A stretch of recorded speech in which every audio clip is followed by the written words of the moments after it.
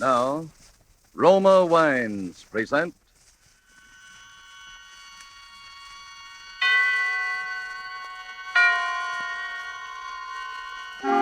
Suspense. Tonight, The Night Man, starring Virginia Bruce and Richard Wolff. Suspense, presented for your enjoyment by Roma Wines. That's Roma. Roma Wines. Those excellent California wines that can add so much pleasantness to the way you live, to your happiness in entertaining guests, to your enjoyment of everyday meals. Yes, right now a glassful would be very pleasant as Roma Wines bring you Suspense. This is the Man in Black, here for the Roma Wine Company of Fresno, California, who tonight bring you as stars Miss Virginia Bruce and Mr. Richard Wolff. They appear in The Night Man, a new study in terror by Lucille Fletcher. It is a story of dark midnights and of a woman to whom the familiar face and voice of murder return for vengeance. But before we raise the curtain on our suspense play, here is a message from Roma Wines. In many foreign countries where discerning tastes have found Roma wines, they are an inexpensive luxury, imported and treasured. For Roma wines are in every sense fine wines from the choicest vineyard country of California. They are products of age-old winemaking skill, aided by modern quality controls and tests that assure unvarying excellence of taste and character. Yet, Roma wines cost you mere pennies a glassful. Such enjoyable flavor and constant quality, such low cost, such high wine value, have made Roma by far America's largest selling wines, enjoyed by millions with meals when entertaining any time. Try Roma wine yourself. Tomorrow at dinner, no matter what you are serving, place on the table a cool bottle of ruby red, hearty Roma California Burgundy. See how much new zest it adds to food, how it makes a real occasion of even the simplest meal. To enjoy this extra mealtime pleasure, just ask your dealer for Roma, Roma wine, made in California for enjoyment throughout the world. And now with the performances of Virginia Bruce as Stella Rhodes and of Richard Wolff as the Night Man, we again hope to keep you in suspense.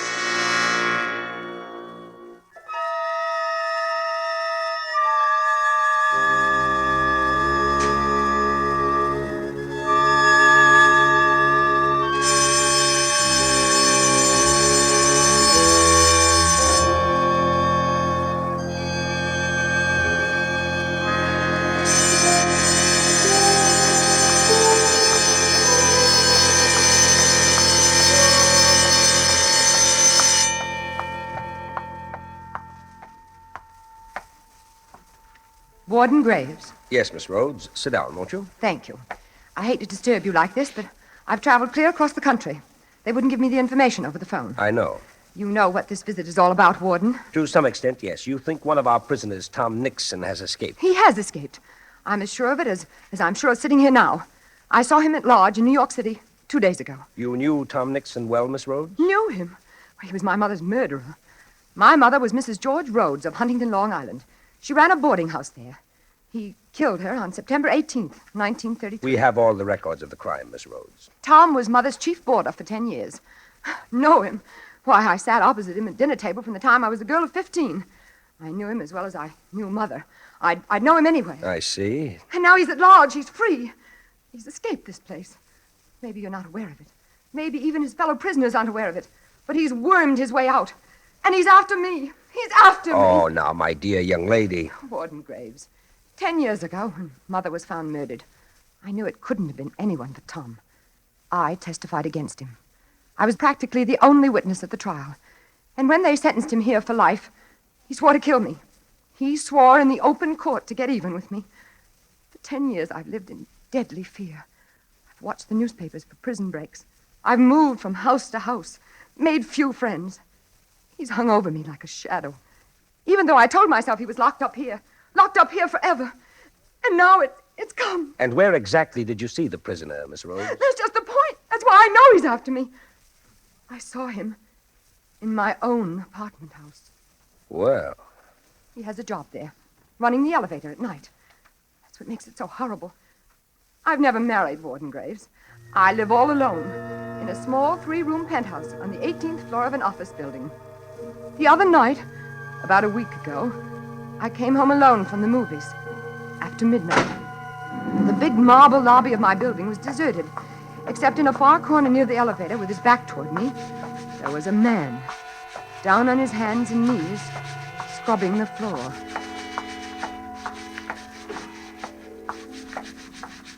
Good evening. Evening.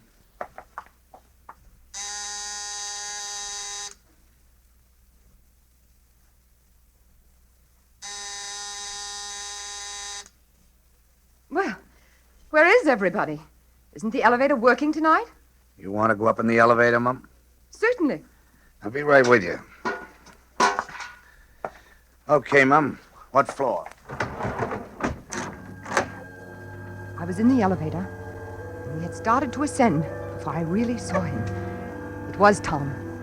His hair had turned white, and there was a horrible stoop to his shoulders. But everything about him, the crook of his head, his high, thin, bony nose, the hollow cheekbones, were all the same. And then he turned and stared at me. I could see those deadly, pale, cold eyes, those heavy eyebrows, still black, that familiar, quiet, sarcastic mouth. What floor, Mum? My floor. Yes, the penthouse, please. Penthouse? Where's that, on the roof? Yes, on the roof, please. 18th floor. Okay. Warden Graves. It was like being in a cage with a wild beast. He kept watching me, peering at me furtively as the elevator moved with agonizing slowness up and up past the floors. I shrunk back, averting my face. The light in the car was dim. My only hope was that he did not recognize me. Here's your floor, miss. Thank you. Good night. Good night. Good night. You can go back down. I don't need anything, thank you. What's the matter? Forgotten your door key? No, it's right in my bag. I'll find it in a minute. You want me to let you in? Let me in. No, good Lord. I got pass keys to all the doors. It's no trouble. No, thanks, but No, I have it right here. Good night.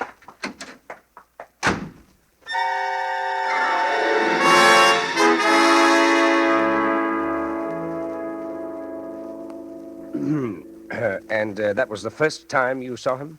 Yes. Oh, I wanted to die. I didn't know where to turn. And that was all he did or said? Yes, but it wasn't so much what he said as the awful resemblance, the feeling that he was only playing with me, torturing me like a cat with a mouse. Warden Graves, I didn't even have a phone. I've always been afraid to be listed in the phone book. And the only way up to that penthouse was by that one elevator. I was trapped up there, at his mercy whenever he wanted to come. What did you do? I spent the night crouched against the wall with a flat iron in my hand, waiting for that key to click in my lock. And the next morning? The next day, I began to wonder if it all wasn't just a dream.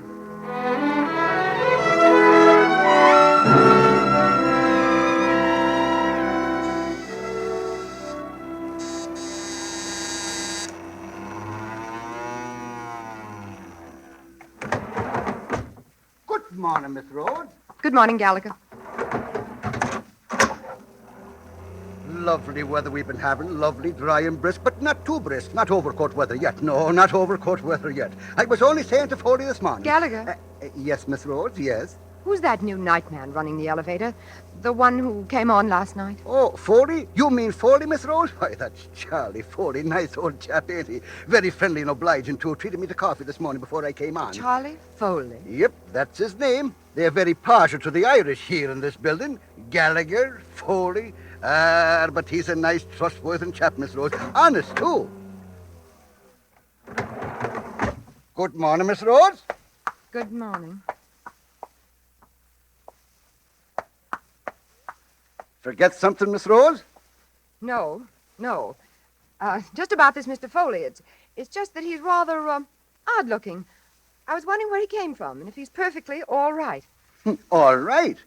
Let me tell you something. He was personally recommended by Ellsworth, Hitchcock, Pearson, and Scott, the owners of the place. And that's the first time that's ever happened in my experience. Don't you worry about him, Miss Rhodes. He's a good man, member of our union, and married with 2 children. Believe me, when the owners recommend a man, there's little left to be said.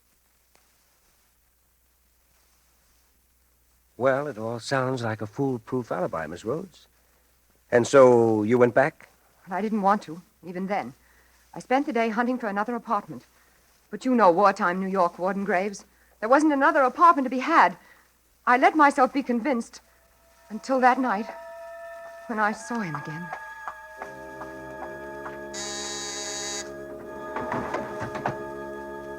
Good evening, Miss Rhodes. He called me Miss Rhodes. And now there was a cruel, sarcastic smile about his lips. The kind of smile I'd seen him give to Mama. You think he recognized you then? Recognized me? Warden Graves, I haven't changed.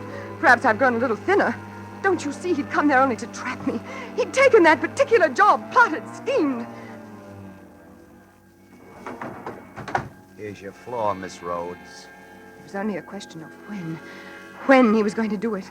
When the axe was going to fall. He kept grinning at me as I stepped out of the elevator. Good night, Miss Rhodes. Good night.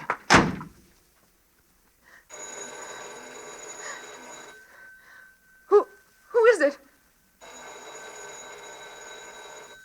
Who's there?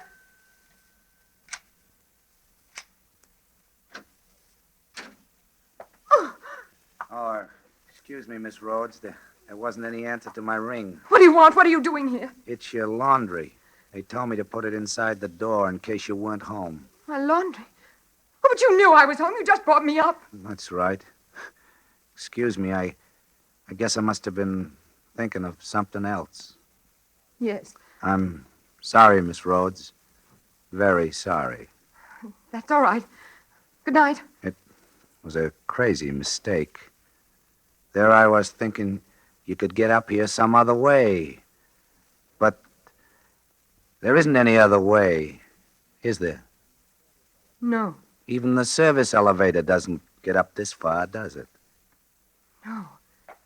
It's just like you're all alone here. Alone. On the roof. Yes.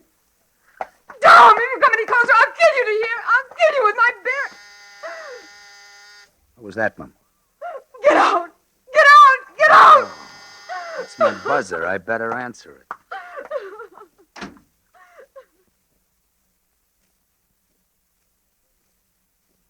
And then what happened?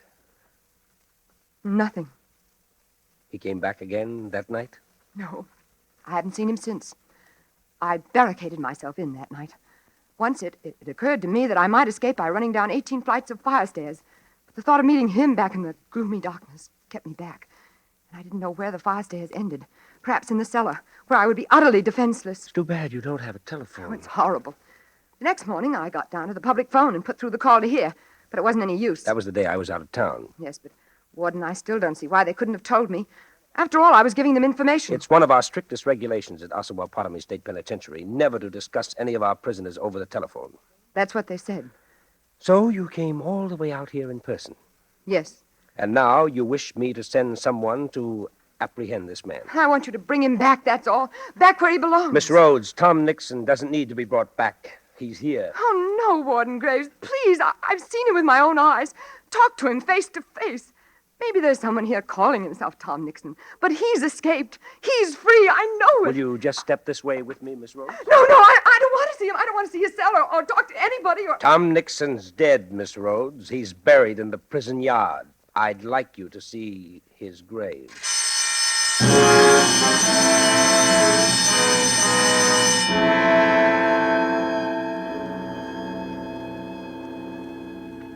And this is a photograph taken of him just a week before he died. You see, he wasted away quite a bit. He was in the infirmary all last year. Became very religious, too, toward the end. Spent a good deal of his time praying. Praying? Mm-hmm. All the fight seemed to go out of him as soon as he knew he was seriously ill. But you'd say this was his picture, wouldn't you, Miss Rhodes? Yes, it's Tom, all right. And these little personal belongings.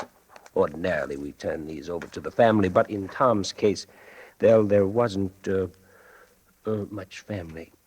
You'd recognize these as his. Yes, I don't know them all, but that gold watch, he used to wear it every Sunday at Mama's. He wrote a couple of notes before he died to a fellow prisoner and to the prison chaplain. You remember this handwriting? Yes, this seems to be it. Well, Miss Rhodes, now you feel a little better about your elevator operator? You must think me a fool. No, An awful fool. Not at all, not at all. But the likeness was so extraordinary. It was almost like seeing a ghost. A ghost? Come, Miss Rhodes. Snap out of it. Now that you've gotten all this off your chest, isn't it perfectly obvious that that poor nightman's done nothing or said nothing to you at all out of the ordinary? It's only that, well, you seem to be the victim of some kind of guilt complex. Guilt complex? Oh, I'm not guilty of anything. Oh, what I mean is, Tom has been on your mind now for 10 years. You testified against him. He threatened you. Gradually, you see him everywhere. No, only this once. Only these last few nights. All right. But now you know the truth. That should clear your fears forever. Tom's dead and buried. Now, go back and take a look at that nightman again. Now that you know Tom's dead, I'll lay odds the whole resemblance will vanish. Well, I hope so. My advice to you, Miss Rhodes, would be to go straight home. Use that elevator as much as possible. Get acquainted with this Foley fellow. For your own sake, try to get the better of these hallucinations. Otherwise, you'll start seeing poor Tom everywhere you turn. Well, I'll try, Warden Graves. Well, thank you. You've been very kind. Not at all.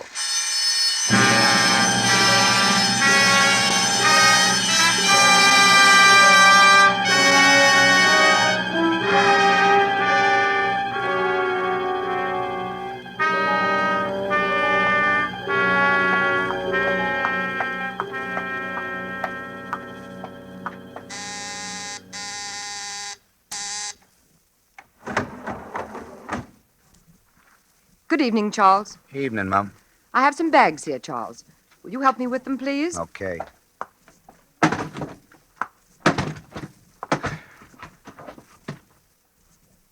That all, Mum? Yes, thank you. This is for you, Charles. No, thanks, ma'am.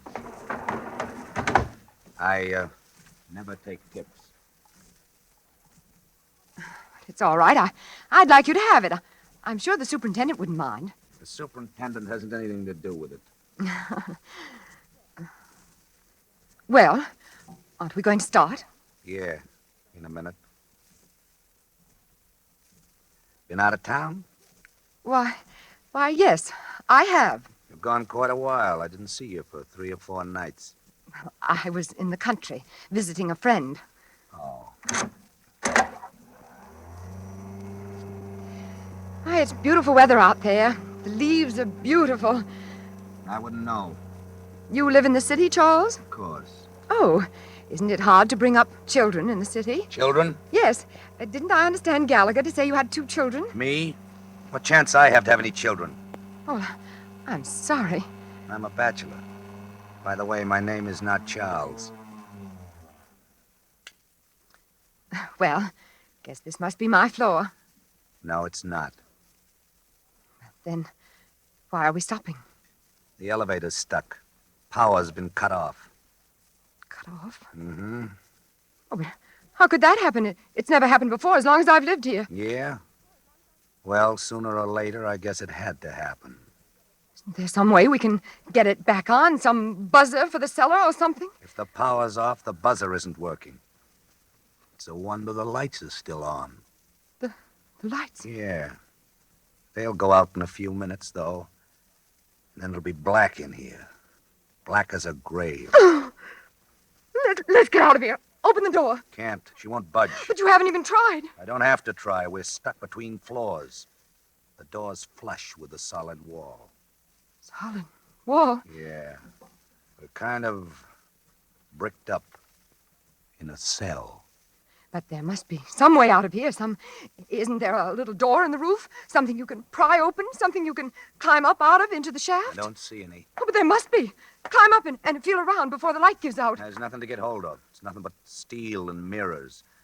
And I'm not tall enough. Stand on my bags. That's a good idea. They'll never hold me. Oh, it's all right. Just hurry. Here, the Gladstone's strongest. No, never make it. Oh, but stand on your tiptoes. Stretch. No. Let me try. Oh, dear. No, I can't.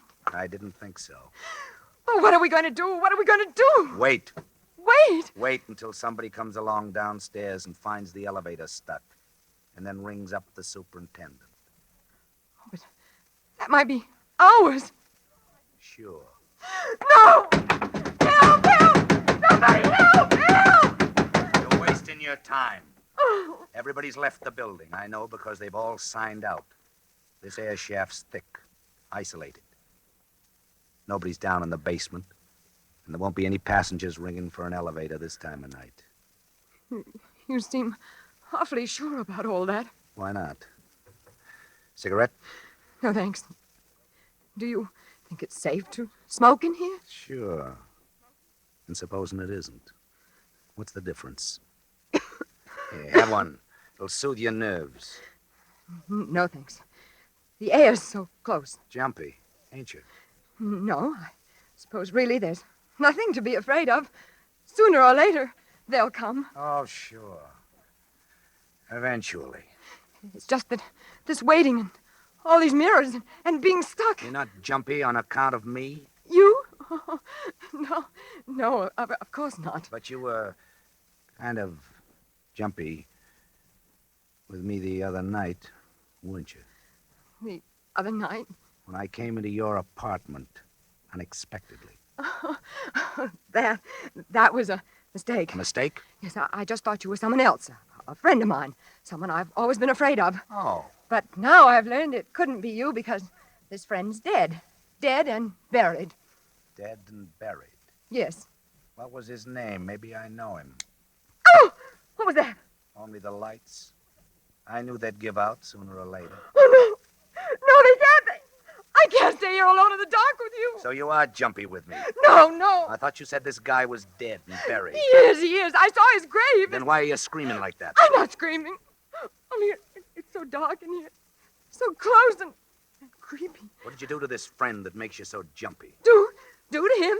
Nothing. I didn't do a thing. No? It was he. He threatened me. He was a murderer. He killed my mother in cold blood 10 years ago. He was our boarder for 10 years. And one afternoon... Don't move! Don't move! I'm not moving. Go on. One afternoon, I came home, and there was Mother lying on the floor with her throat. No, where are you? I can't... Go on. No, I can't stand it. I can't stand it. Tom! It's you, Tom, isn't it? I thought you said your friend was dead and buried. Stop playing with me. Stop torturing me.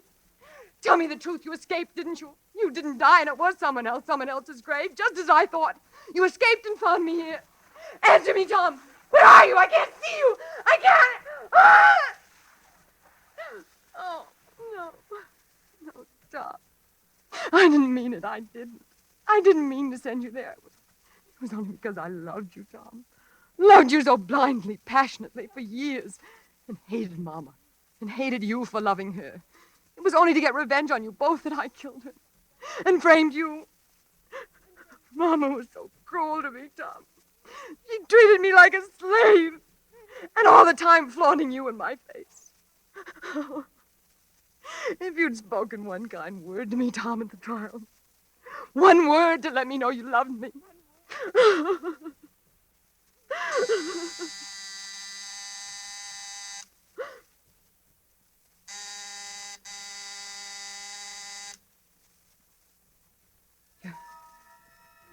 You're going to kill me, aren't you, Tom?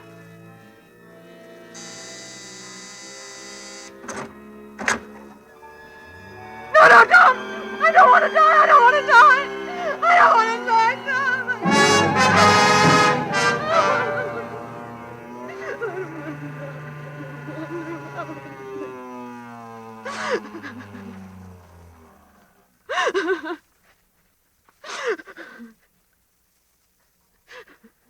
Here's the lobby, Mom.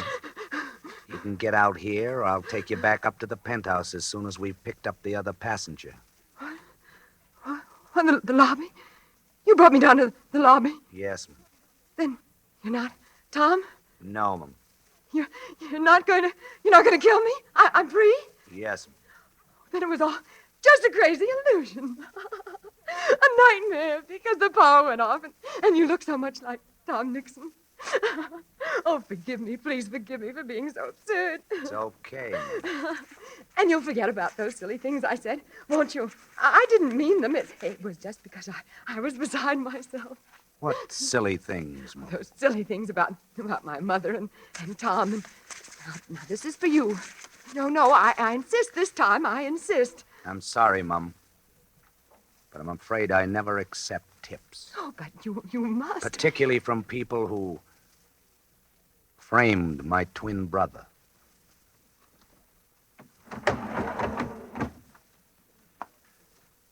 Good evening, Warden Graves. Good evening, Lieutenant Nixon. Well done.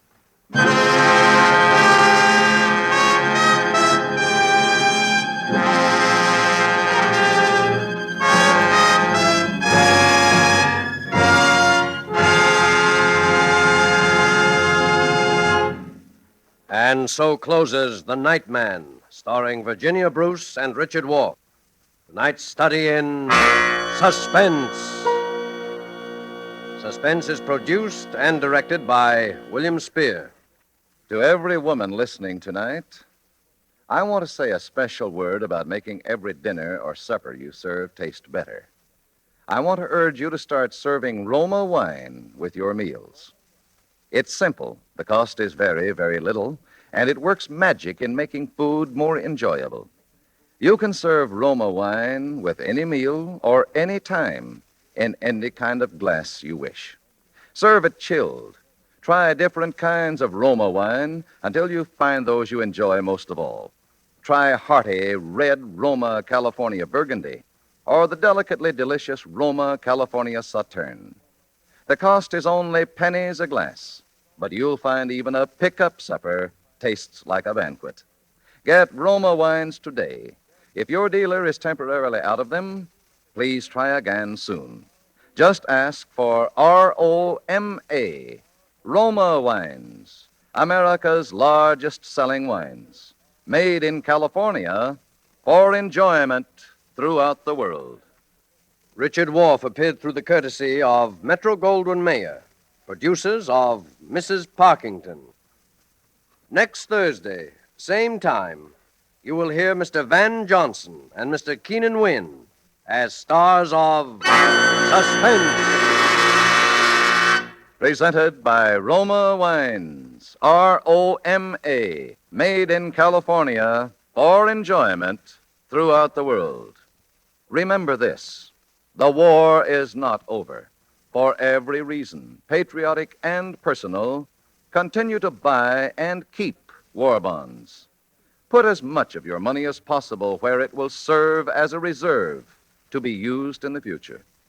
War bond dollars now can mean the realization of your long-range peacetime objectives.